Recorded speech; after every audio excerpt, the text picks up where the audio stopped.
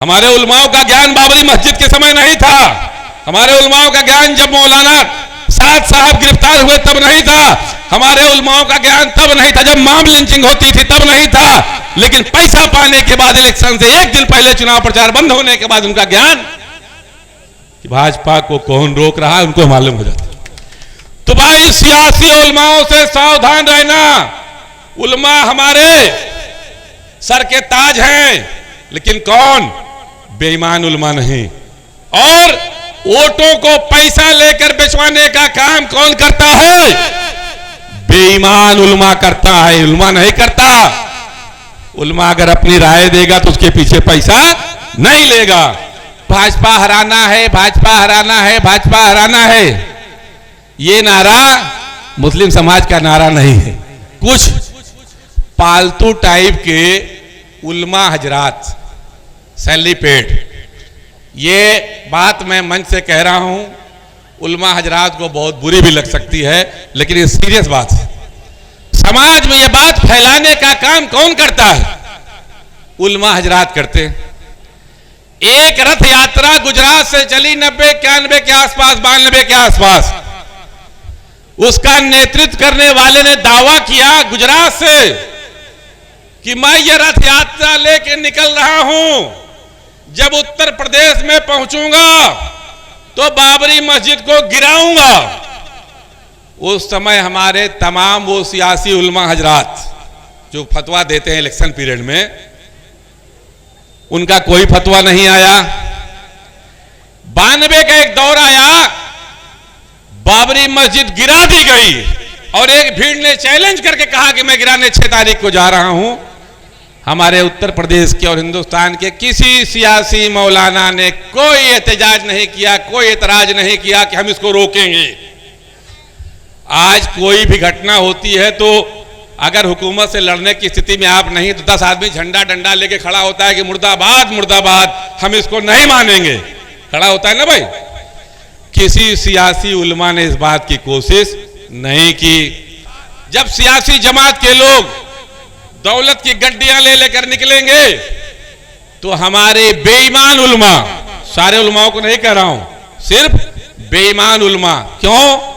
जो आदमी पैसा लेकर वोट दे, वोट तो फ्री का है ना भाई, वोट देने में पैसा तो नहीं लगता। आप किसी भी पार्टी को वोट दीजिए, कांग्रेस को दीजिए, सपा को दीजिए, बसपा को दीजिए, आपका खुला अधिकार है, किसी को दे सकते हैं, उसमें किसी की कोई जबरदस्ती नहीं है, यही जमहूरियत है। लेकिन हमारे बेईमान उलमा, जब उनकी जेब में नोट की गड्डी गई, जिसके पार्टी की तरफ से पैसा पाएंगे रात में उसके लिए फतवा देंगे। गाड़ी लेकर, मोटरसाइकिल लेकर गली गली, मोहल्ले मोहल्ले। अरे आप समझ नहीं रहे हैं, आपकी भाजपा को रोकना है। और ये लड़का जो टहल रहा है पीडीएम का, ये तो चंद लड़कों को लेकर टहल रहा है, इसके पास वोट नहीं है। समाजवादी का गठबंधन लड़ रहा है, उसमें कांग्रेस के टिकट से एक प्रत्याशी है जो पिछली मर्तबा भाजपा का विधायक भी था, कांग्रेस के टिकट से आपके यहां चुनाव लड़ रहा है। उसको भाजपा भूल जाइए, लेकिन उसको वोट दे दीजिए। कौन कह रहा है? हमारे उलमा, बेईमान उलमा, बिकाऊ उलमा के साथियों। 10 साल से लगातार पार्लियामेंट के चुनाव में कांग्रेस हार रही है। अमेठी उनकी बपौती सीट थी, राहुल गांधी चुनाव हार गए। लेकिन हमारे उलमाओं को यह खबर पहुंच गई, इल्हाम आया, वही आई कि अगर मुसलमान इकट्ठा हो जाएगा और बटेगा नहीं, ओवैसी साहब को वोट नहीं देगा, बहन पल्लवी के हाथों को मजबूत करेगा, तो गड़बड़ा जाएगा। क्या गड़बड़ा जाएगा? 10 साल से लगातार भारतीय जनता पार्टी का सांसद वहां जीत रहा है, तब नहीं गड़बड़ा गया, लेकिन इस बार गड़बड़ा जाएगा। इसलिए वोट दीजिए उसी भाजपा के भागे हुए विधायक को जो कांग्रेस का टिकट लेके आया, जिस कांग्रेस की हैसियत आज उत्तर प्रदेश में नहीं है। लेकिन हमारे उलमाओं का ज्ञान बाबरी मस्जिद के समय नहीं था। हमारे उलमाओं का ज्ञान जब मौलाना साद साहब गिरफ्तार हुए तब नहीं था। हमारे उलमाओं का ज्ञान तब नहीं था जब मॉब लिंचिंग होती थी तब नहीं था। लेकिन पैसा पाने के बाद इलेक्शन से एक दिन पहले चुनाव प्रचार बंद होने के बाद उनका ज्ञान कि भाजपा को कौन रोक रहा है उनको मालूम हो जाता। तो भाई सियासी उलमाओं से सावधान रहना। उलमा हमारे सर के ताज हैं, लेकिन कौन? बेईमान उलमा नहीं। और वोटों को पैसा लेकर बेचवाने का काम कौन करता है? बेईमान उलमा करता है, उलमा नहीं करता। उलमा अगर अपनी राय देगा तो उसके पीछे पैसा नहीं लेगा। साथियों, जब मुल्क आजाद हुआ तो उस समय हिंदुस्तान में अगर किसी की सबसे ज्यादा दशा खराब थी, किसी समाज की सामाजिक स्थिति अगर किसी की सबसे ज्यादा खराब थी, तो हमारे समाज का दलित समाज, जिसको अछूत समाज के नाम से जाना जाता है, उनकी स्थिति थी। उस समय बाबा साहब अम्बेडकर जी लंदन से बैरिस्टर की डिग्री लेके आए हुए थे, लेकिन समाज में उनको कोई एक्सेप्ट नहीं कर रहा था, स्वीकार नहीं कर रहा था। बावजूद इसके कि कांग्रेस में वो अध्यक्ष पद पर भी रह चुके थे, लेकिन जब चुनावी राजनीति शुरू हुई तो उनको मौका नहीं दिया गया। कांग्रेस के नेताओं ने पूना में बाबा साहब अम्बेडकर को चुनाव हराने के लिए पूरी कोशिश की और उन्हें पार्लियामेंट पहुंचने से रोक दिया। साथियों, उस समय के मुस्लिम नेतृत्व ने बाबा साहब अम्बेडकर के लिए पश्चिम बंगाल से अपनी एक सीट खाली करके अपने सांसद का इस्तीफा दिलाकर उन्हें पार्लियामेंट में पहुंचाने का काम किया था। यही शुरुआत होती है इस मुल्क में दलित, शोषित और वंचित समाज की मदद करने की। मुस्लिम समाज हर दौर में खड़ा था। बाबा साहब संविधान सभा के मेंबर बने और उन्होंने संविधान की रचना की। तमाम दलितों के लिए, बैकवर्ड समाज के लिए संविधान में उन्होंने अधिकार लिख दिए।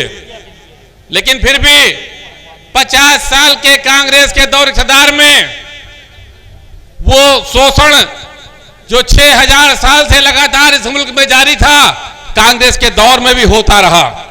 अभी भारतीय जनता पार्टी वाले लोग कहते हैं ना 800 साल की गुलामी। मैं ये कहता हूं कि इस मुल्क में बसने वाले दलित, शोषित, वंचित समाज की 6000 साल की गुलामी की बात भारतीय जनता पार्टी के लोग नहीं करते। मैं उस 6000 साल की गुलामी की याद दिलाना चाहता हूं। बाबा साहब अम्बेडकर को अख्तियार तो मिला, लेकिन उनका समाज इतना जागरूक नहीं था कि उनको ताकत दे सके। उत्तर प्रदेश में एक दूसरा जननायक पैदा हुआ, मानवर काशीराम जी। जब काशीराम जी ने तिलक, तराजू और तलवार इनको मारो, जूते चार का नारा दिया था, उस समय भी उनके समाज की ये ताकत नहीं थी, ये हैसियत नहीं थी, ये आर्थिक हैसियत नहीं थी, ये सामाजिक हैसियत नहीं थी कि आंदोलन खड़ा कर सके। उस समय मुस्लिम समाज के तमाम नेताओं ने बहुजन समाज के इस आंदोलन का साथ दिया और बहुजन समाज एक आंदोलन की शक्ल में खड़ा हुआ। उत्तर प्रदेश में न सिर्फ आंदोलन की शक्ल में खड़ा हुआ, बल्कि 3-3 मरतबा उत्तर प्रदेश में सरकार बनी। अभी हमारे कुछ दलित समाज के नेता मंच में बता रहे थे कि दलित समाज के लोग हमेशा न्याय की लड़ाई लड़ते हैं।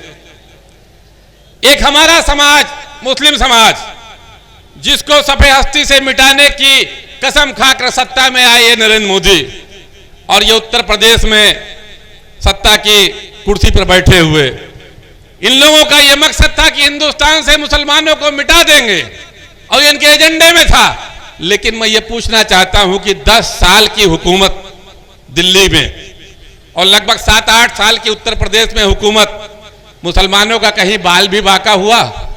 क्या किसी मुस्लिम बस्ती में इस बात का डर और खौफ है कि हम मिटा दिए जाएंगे?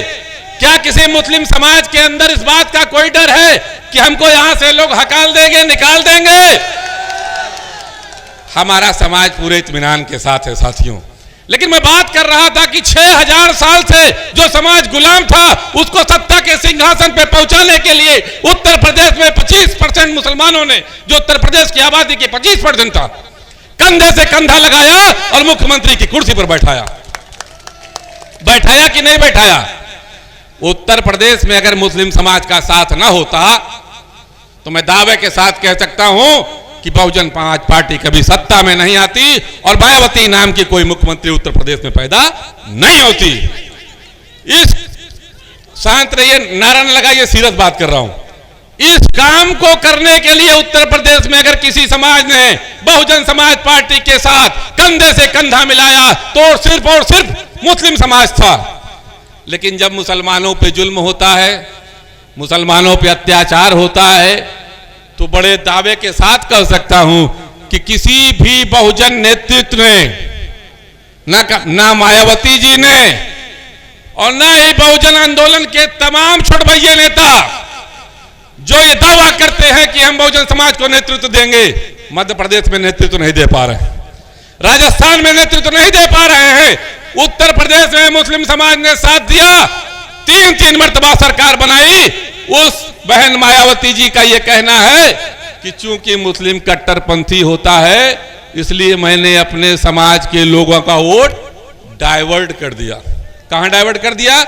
उन लोगों की जिनके खिलाफ 6000 साल से तुम्हारा समाज लड़ रहा था, और न सिर्फ उस समय वोट डाइवर्ट कर दिया, तो मैं तो यह दावे से कह रहा हूं कि बहुजन समाज पार्टी के मुखिया ने बहुजन समाज के वोटों को गिरवी रख दिया मनुवादियों के साथ, और आज बहुजन समाज का हक उत्तर प्रदेश में महफूज नहीं है, जहां बहुजन समाज सबसे मजबूत है। दूसरी बात मैं कहना चाहता हूं बैकवर्ड समाज के ताल्लुक से। जिस समय बाबरी मस्जिद शहीद हुई उसके पहले तक उत्तर प्रदेश में लगातार कांग्रेस की सरकार हुआ करती थी और यह मुस्लिम समाज कांग्रेस की सरकार बनाने में बड़ी जिम्मेदारी से काम भी करता था।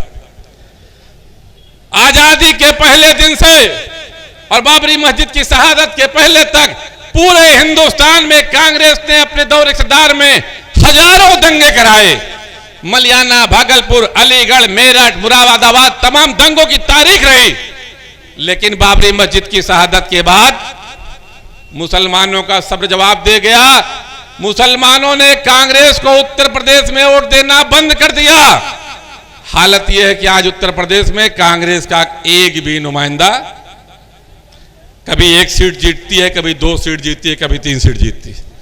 मैं ये बात मुसलमानों तुम्हें याद दिलाना चाहता हूं कि तुम्हारी सियासी हैसियत यह है कि तुमने जिसके सर पर हाथ रखा वो सत्ता के गलियारों में था। जिस दिन से तुमने कांग्रेस से अपना हाथ खींचा 92 से आज तक उत्तर प्रदेश में कांग्रेस सत्ता के गलियारों, क्या गलियारों के बाहर तक भी हवा नहीं लगी कांग्रेस। ये अपनी हैसियत समझो। बाबरी मस्जिद की शहादत के बाद एक पहलवान दूध बेचने वाला अपना दूध का डिब्बा फेंक कर बाबरी मस्जिद के खड़े पर खड़ा होकर आवाज देता है कि मुसलमानों, मैं पहलवान हूं, अपनी बात दमदारी से करूंगा, जो वादा करूंगा निभाऊंगा। अच्छा, चूंकि मुसलमानों को कभी सत्ता अपने हाथ में लेने की कोई जल्दबाजी तो थी नहीं, कोई फिक्र नहीं थी, कोई एजेंडा नहीं था। आजादी के बाद से आज तक कभी ये कोशिश नहीं की हम हुकूमत करेंगे, कभी कोशिश नहीं की। हालांकि उत्तर प्रदेश में आबादी 25% है, 3% ने हुकूमत करी, 11% ने हुकूमत करी, 7% ने हुकूमत करी। 25% के लोग कभी हुकूमत करने का इरादा भी नहीं करते। कोई बात नहीं करते, ठीक। एक सरकार बनी मुलायम सिंह जी की, मुसलमानों के वोटों के खैरात पर मुलायम सिंह जी पहली मर्तबा सत्ता में आए थे। लेकिन क्या दलित समाज की मुखिया मायावती जी ने दलित समाज के साथ न्याय किया? अगर तरक्की कुछ भी थोड़ा बहुत भी उत्तर प्रदेश में हुई तो सिर्फ जिसे हम हरिजन समाज कहते हैं या गांव में जिसे चमार शब्द से जाना जाता है, उनकी तो तरक्की हुई। पासी समाज के साथ क्या हुआ, उनकी तरक्की क्यों नहीं हुई? इसलिए नहीं हुई कि दलित समाज के नेता बहन मायावती जी बेईमान थी अपने समाज के साथ न्याय करने के लिए। और वही हालात उत्तर प्रदेश में माननीय मुलायम सिंह के साथ भी था। बनते तो थे नेता किसके? बैकवर्ड समाज के। वोट किसका पाते थे? मुसलमान का। और जब सत्ता में आते थे तो क्या करते थे? सिर्फ कल्याण करते थे किसका? यादव समाज का। ये कबेरा समाज क्या बैकवर्ड समाज में नहीं आता? ये कुर्मी समाज, ये पटेल समाज क्या बैकवर्ड समाज में नहीं आता? क्या इन्होंने समाजवादी मुखिया मुलायम सिंह की सरकार बनाने के समय वोट नहीं दिया था? तो आज पिछड़ा क्यों है? आज पिछड़ा इसलिए है कि समाजवादी नेतृत्व करने वाले मुलायम सिंह, इन्होंने सिर्फ यादव समाज के कल्याण का काम किया, बाकी बैकवर्ड समाज के लोगों का कल्याण का काम नहीं किया। और आज क्या हालत है? आज हैसियत में नहीं है मायावती जी और हैसियत में नहीं अखिलेश यादव जी कि दलित की मायावती जी बात कर सके और अखिलेश यादव जी बैकवर्ड की बात कर सके। क्यों? अपने दौरे इक़्तिदार में बड़ी बुराई पदियाते थे ना कि पंडितों ने बड़ा डकैती की, बड़ा लूट किया। मैं ये खुले मन से कह रहा हूं कि मायावती सरकार में इतनी लूट और इतनी डकैतियां और इतनी बदनवानियां की मायावती जी ने, और इतनी लूट और इतनी डकैतियां और इतनी बेईमानियां की अखिलेश यादव जी ने कि दलितों के साथ हो रहे जुल्म पर मायावती जी की हैसियत नहीं है कि मुंह खोल सके, और बैकवर्डों के साथ हो रहे जुल्म पर अखिलेश यादव जी की हैसियत नहीं कि अपनी जबान खोल सके। क्यों? इसलिए कि जबान खोलेंगे तो हालात लालू यादव जैसे होंगे और हालात केजरीवाल वाले होंगे। जेल की डर से और अपने समाज के नाम पर लूटी गौ दौलत को बचाने के लिए ये दोनों नेता उत्तर प्रदेश में दलितों के पीठ पर छुरा भोंक रहे हैं और बैकवर्ड समाज के पीठ पर छुरा भोंक रहे हैं। ऐसे समय में एक मर्द मुजाहिद मान्यवर सोनेलाल पटेल जी, जिन्होंने अपनी जवानी में इसी इलाहाबाद में बहुजन समाज की लड़ाई लड़ी और लड़ाई नहीं लड़ी, उस लड़ाई में उनकी शरीर की लगभग 80% हड्डियां इसी इलाहाबाद के सिविल लाइन में तोड़ दी गई। लेकिन फिर भी वो मर्द मुजाहिद जब दोबारा खड़ा हुआ तो बहुजन दलित समाज के कल्याण की बात करता रहा और पूरे जीवन बहुजन समाज दलित समाज और बैकवर्ड समाज की कल्याण की बात करता रहा। अगर उन्होंने भी सत्ता के गलियारे में समझौता किया होता जैसे अखिलेश यादव मायावती ने कर रखा है, कैंडिडेट भी मायावती अमित शाह के कहने पे बांट रही है लोकसभा का, इस तरह अगर उन्होंने भी सत्ता से समझौता किया होता तो आज हर चौराहे पर मानवर सोनेलाल की बड़ी बड़ी मूर्तियां होती, उनके नाम पे तमाम स्कीमें चल रही होती।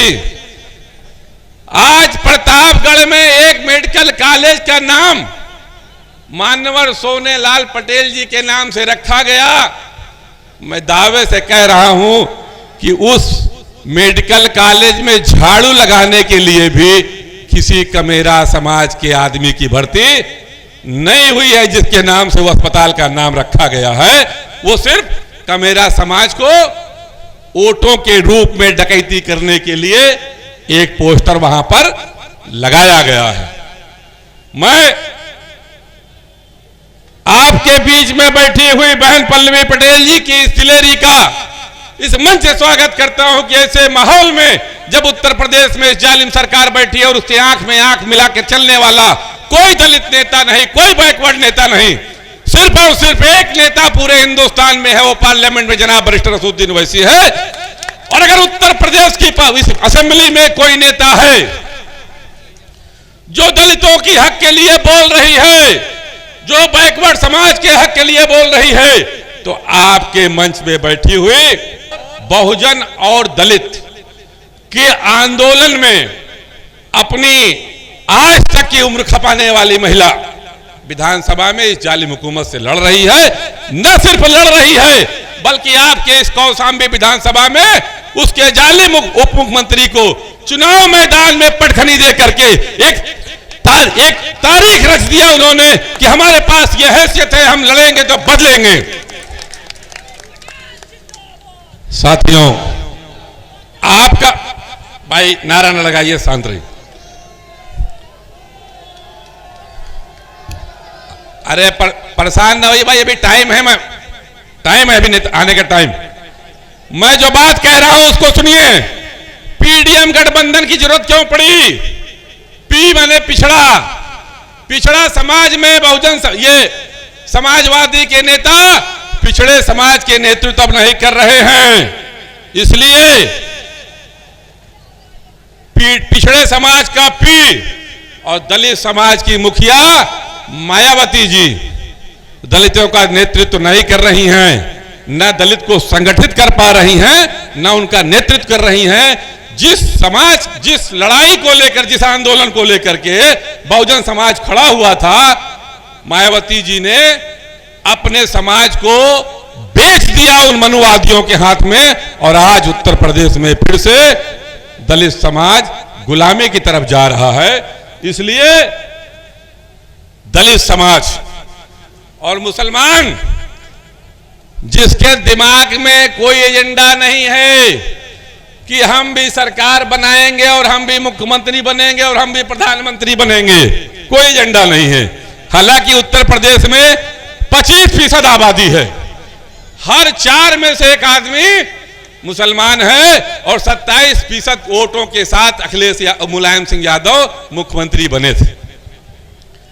हमारे समाज के पास ये नजरिया ही नहीं है, और इस नजरिया को इन्होंने ताक पे रख दिया है। तो ठीक है भाई, आपने ताक पे रख दिया है, दूसरा काम तो आपका है कि जिसके सर पे हाथ रखते हैं उसकी सरकार बन जाती है, ये काम तो आप करते हैं। तो आज उत्तर प्रदेश में एक संघर्षशील महिला आपको आवाज दे रही है कि मैं मुसलमानों, दलितों और बैकवर्डों को साथ लेकर सबकी न्याय की लड़ाई लड़ूंगी। क्या आपको साथ देना चाहिए?